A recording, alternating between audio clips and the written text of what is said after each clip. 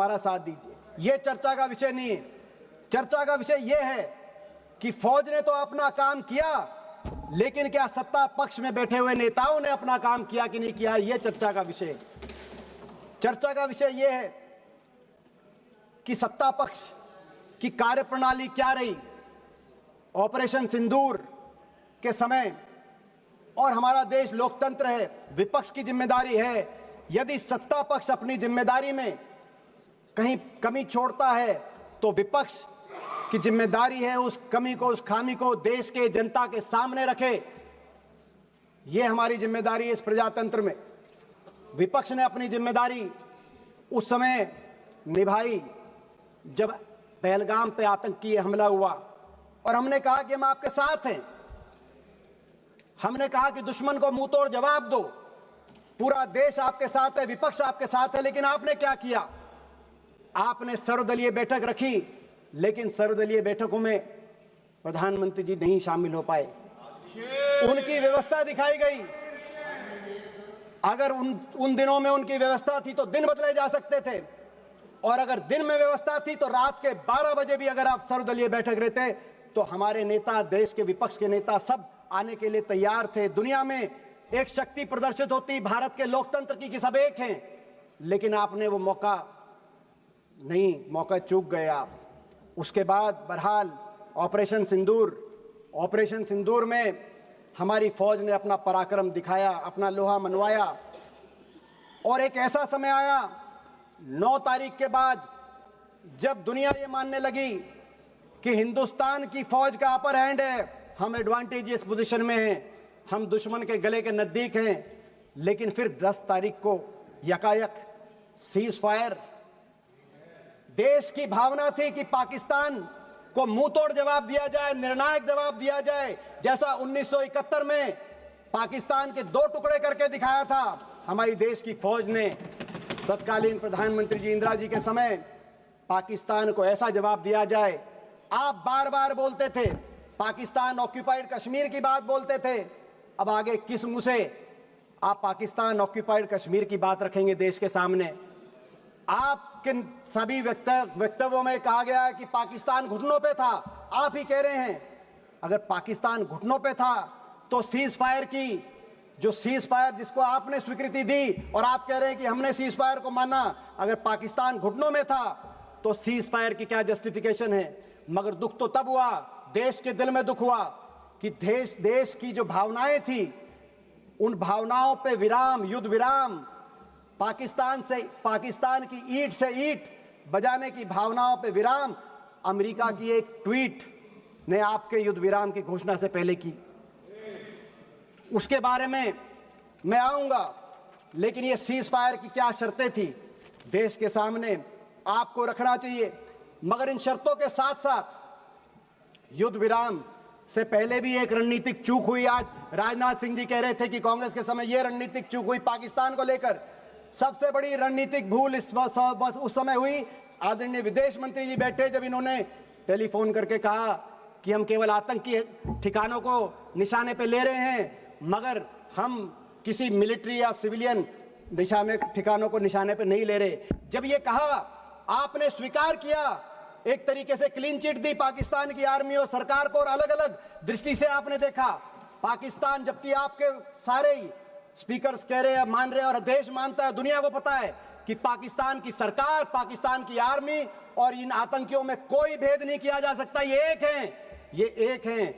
मगर आपने स्वयं टेलीफोन करके अलग अलग दृष्टि से देखने का काम किया कि केवल हम आतंकी ठिकानों को, ये जो रणनीतिक भूल हुई है इतिहास में हमेशा, ये बात पाकिस्तान को एक आपने मौका दिया ये कहने के लिए। विदेश मंत्रालय की क्या भूमिका रहती है देश में?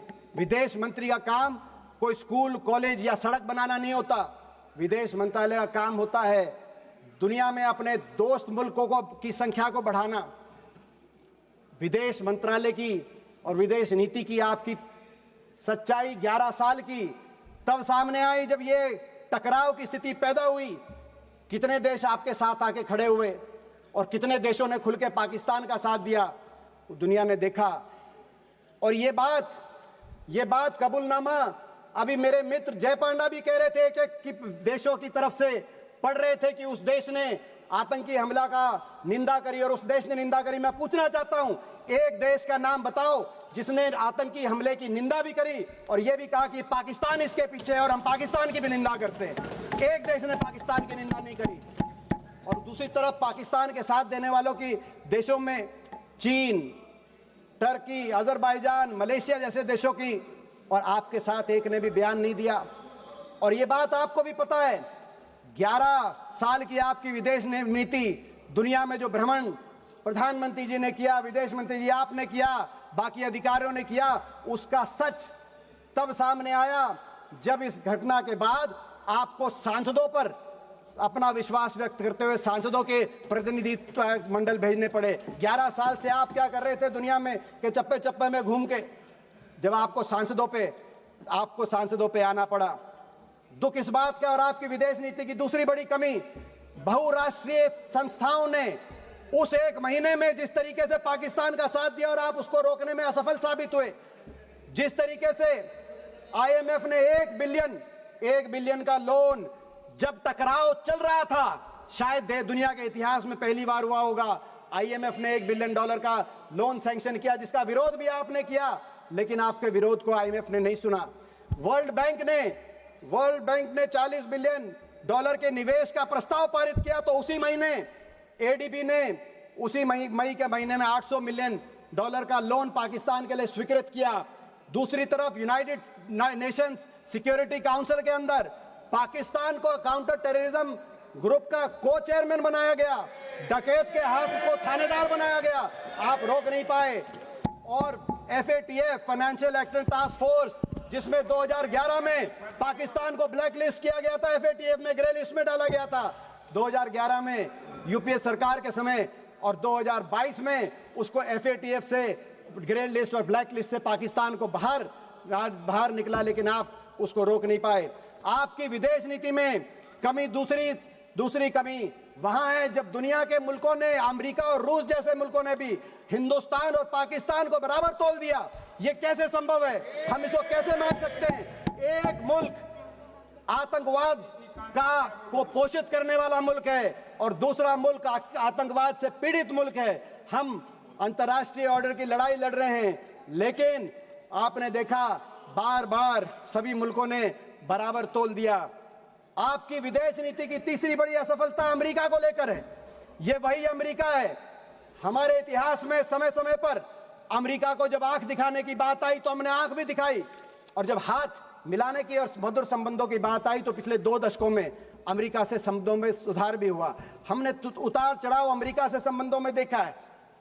1971 में जब अमेरिका ने आंख दिखाई थी कि आप बांग्लादेश के अंदर अपनी फौज मत भेजिए, तो इंदिरा जी ने मुंह तोड़ जवाब दिया था और बांग्लादेश के अंदर हमारी फौज गई थी। आंख दिखाई हमने। परमाणु परीक्षण की जब बात आई तो चाहे इंदिरा जी के समय परमाणु परीक्षण हुआ हो, चाहे अटल जी के समय परमाणु परीक्षण हुआ हो, अमेरिका ने जब रोकने की कोशिश करी तो हिंदुस्तान ने आंख दिखाई और अमेरिका के दबाव को नहीं माना। ये वही अमेरिका है। लेकिन जब अमेरिका से हाथ मिलाने की बात आई, सपोर्ट की बात कर रहे थे, सपोर्ट का लेटर्स पढ़ रहे थे, जय पांडा भी मौजूद थे जब राष्ट्रपति ओबामा आए थे। जब मित्रता की बात आई और 26/11 हुआ मुंबई में, तो राष्ट्रपति ओबामा वॉशिंगटन से दिल्ली आए। जॉइंट संसदीय सेशन में मैं भी एक सांसद था, जय पांडा भी एक सांसद थे, और राष्ट्रपति ओबामा ने कहा कि पाकिस्तान के अंदर टेररिस्ट के सेफ हेवन को बर्दाश्त नहीं किया जाएगा। और हिंदुस्तान ये साथ देने निभाने की बात, हाथ भी मिलाया और नजर भी, आंख भी मिलाई। मगर अमेरिका, आज आपको यही नहीं पता अमेरिका के साथ आप हाथ मिलाना चाहते हो या उनको आंख दिखाना चाहते हो। और अमेरिका के राष्ट्रपति ने 28 बार कहा कि सीज फायर हमने कराया। उससे भी चिंतनीय बात उन्होंने कहा, व्यापार के धौस दे के दिखाया। बात थी आतंकवाद पे वार की, आ गई व्यापार पे। अमेरिका के राष्ट्रपति कह रहे हैं, अमेरिका के राष्ट्रपति ने केवल व्यापार तक नहीं रुके, उन्होंने कहा कि 5 जहाज गिरे, वो केवल जहाज तक भी नहीं रुके। अमेरिका के राष्ट्रपति जी ने कश्मीर का भी नाम लाया कि कश्मीर में अमेरिका की बात हुई है। और दुख की बात ये, कश्मीर के मामले में और विदेशी हस्तक्षेप के मामले में, क्योंकि इस बात पर भाजपा का, आरएसएस का भी एक स्टैंड रहा है, क्या आरएसएस की भी विदेश नीति बदल गई है? क्या आरएसएस को भी स्वीकार्य है कि अमेरिका हस्तक्षेप कर रहा है?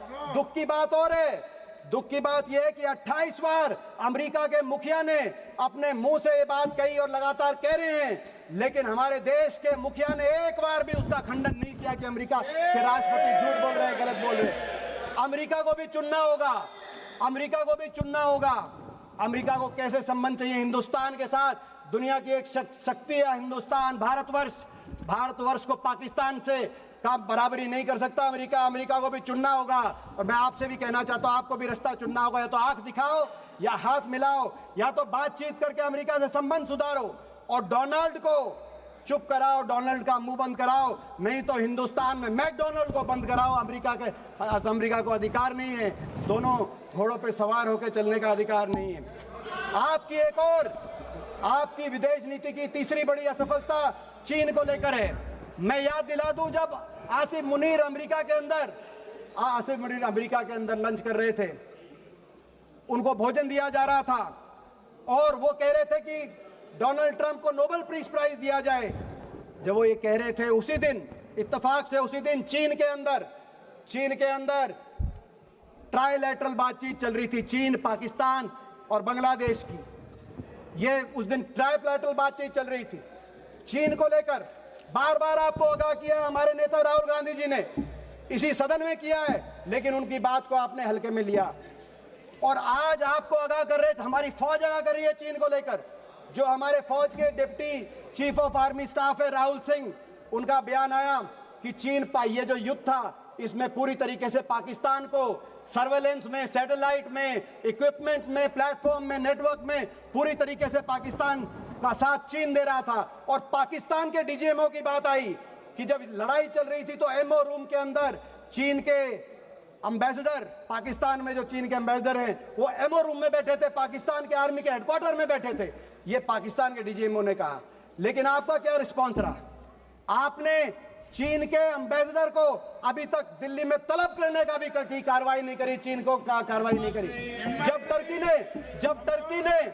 टर्की ने पाकिस्तान के साथ देने के लिए अपना बेड़ा बजाया, तो आपने टर्की के दुश्मन मुल्क साइप्रस में प्रधानमंत्री जी गए, अच्छा संदेश गया।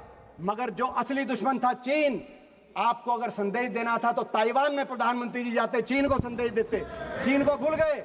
और 6 जुलाई को जब जनरल राहुल सिंह ने कहा कि चीन इसके पीछे है, आपका क्या जवाब रहा? विदेश मंत्री जी आप 10 जुलाई को बीजिंग चले गए, 10 जुलाई को बीजिंग चले गए, ताइवान नहीं बीजिंग चले गए, और आपका ट्वीट आया, आपका वक्तव्य आया कि चीन की जो एससीओ की अध्यक्षता है उसका भारत समर्थन करता है और हमारे संबंधों में सुधार हो रहा है। किस बात का दबाव? चीन से भारत एक स्वतंत्र, एक ऐसा देश है जिसको आज हल्के में नहीं लेना जाना चाहिए। आपकी एक और रक्षा मंत्री बोल रहे थे, मैं एक और डिफेंस प्रिपेयर्डनेस को लेकर भी इस बीच में कहना चाहूंगा। हमने देखा आर्मी वालों ने क्या कहा, एयरफोर्स वालों ने क्या कहा। मैं दो ही पढ़ना चाहता हूं, आर्मी और एयरफोर्स, आपको सुनना पड़ेगा वो क्या कह रहे हैं। रक्षा मंत्री जी, आपकी भी 11 साल की रक्षा नीति 11 साल की, उसका रिपोर्ट कार्ड जो हम कहें उससे मत मानना। मगर जो deputy chief of army staff lieutenant general Rahul Singh ने कहा, क्या कहा? उन्होंने कहा, राहुल सिंह जी की जो स्टेटमेंट आई चीन को लेकर, उसके बाद उन्होंने कहा the equipment that was supposed to be received in January has not been delivered yet. We still depend on a lot of things from outside, and if all that equipment was made available, the story may have been little different. ये उन्होंने कहा. और हमारे air marshal Amarpreet Singh, जिन पे हमें गर्व है, उन्होंने क्या कहा? उन्होंने कहा, एयर मार्शल ने, हमने नहीं, उन्होंने कहा, not a single project that I can think of has been completed on time. Why should we promise something which cannot be achieved? Hooda ji, air force कह रही है, आर्मी कह रही है, और स्टैंडिंग कमेटी। एक सेकेंड हुड्डा जी, आपके पार्टी से आज की लिस्ट में बहुत सारे नाम आए हैं, इसलिए आप अपना भाषण जल्दी से खत्म कीजिए। और एक सेकेंड, एक सेकेंड, एक ही सेकेंड, एक सेकेंड, हुड्डा जी, एक सेकेंड, हुड्डा जी, एक सेकेंड, नहीं, एक सेकेंड, नहीं, एक सेकेंड, आपको एक सेकंड हुड्डा जी, एक सेकंड रुकिए। यदि सभा की सहमति हो तो सभा की कार्यवाही आज रात 12 बजे तक बढ़ा जाएगा है। थैंक यू, धन्यवाद। आप आर्मी आप कंक्लूड कीजिए। केवल उन्होंने नहीं कहा, आदरणीय रक्षा मंत्री जी, केवल उन्होंने नहीं कहा, स्टैंडिंग कमेटी, क्योंकि संसदीय स्टैंडिंग कमेटीज की रिपोर्ट पर आपकी सरकार ध्यान नहीं देती। 2018 की रिपोर्ट, 2023 की रिपोर्ट क्या कह रही थी आपको? आप लगातार रक्षा बजट को घटा रहे हैं, जो सही नहीं है। रक्षा बजट को बढ़ाइए। इन 11 वर्षों में रक्षा budget as a percentage of GDP और एज अ परसेंटेज ऑफ हमारा जो budget as a percentage of GDP, इन 11 वर्षों में रक्षा बजट 2.5% से घटकर 1.9% पे आप लेके आए। और ये जो रक्षा बजट एज अ जीडीपी के प्रतिशत में, ये रक्षा बजट 1962 के युद्ध के बाद सबसे नीचे स्तर पर आप लेके आए। और स्टैंडिंग कमेटीज आपको कह रही थी कि ये सही नहीं है। रक्षा बजट आपने कम किया, अग्निवीर जैसी योजनाएं आपने लेके आए, जिसने फौज, देश की फौज पे जिसमें हमें गर्व था, उसका हमारा मानना है कि वो फौज के लिए सही नहीं थी। लेकिन उससे भी एक और दुर्भाग्यपूर्ण बात यह है कि रक्षा बजट में एयरफोर्स मॉडर्नाइजेशन के बजट में भी आपने कटौती करने का काम किया। जो राहुल जी, हमारे नेता, बार बार जिस बात को लेकर आपको आगाह कर रहे हैं, आज हमारे देश में 60 स्क्वाड्रन की जरूरत है। 60 स्क्वाड्रन की, जो एयर मार्शल बोल रहे हैं, 41 स्क्वाड्रन, 41.1 स्क्वाड्रन यूपीए के समय, हमारे समय मंजूर हुए थे 2011 में, मगर धरातल पे केवल 31 स्क्वाड्रन आज एयरफोर्स के हैं। और इन 31 स्क्वाड्रन में से भी कई स्क्वाड्रन ऐसे हैं जिसमें जैगुआर जैसे जहाज हैं। ये वही जैगुआर है जो पिछले 6 महीने में 3 जैगुआर जहाजों का क्रैश हुआ, जिसमें 2 हरियाणा के हमारे पायलट थे जिनको अपनी शहादत देनी पड़ी। जैगुआर के साथ सभापति महोदय, आपने इतने महत्वपूर्ण विषय पर बोलने का अवसर दिया। विशेष रूप से आभार व्यक्त करेंगे हमारे पार्टी के राष्ट्रीय अध्यक्ष। Madam, 1 second. अध्यक्ष जी, मेरी यही मांग है कि हमारी आज हमारा सुझाव माने तो ये माने कि हमारी फौज को, हमारी एयरफोर्स को आधुनिकता से लैस किया जाए, बजट को बढ़ाया जाए। जो आज हमारी एयरफोर्स के अंदर जिस तरीके से मजबूती, आज 2 फ्रंट 3 फ्रंट वॉर की बात चल रही है। आज पाकिस्तान 82% अपने हथियार चीन से ले रहा है, तो बांग्लादेश 71% अपने हथियार चीन से ले रहा है। ऐसे में नेटवर्क, प्लेटफॉर्म हर तरीके से आधुनिकता से लैस किया जाए। अब वो ऑपरेशन सिंदूर आप कह रहे जारी है, क्रिकेट जारी मत करो ऑपरेशन सिंदूर के साथ, और करना है तो हमारी देश की फौज को मंजूर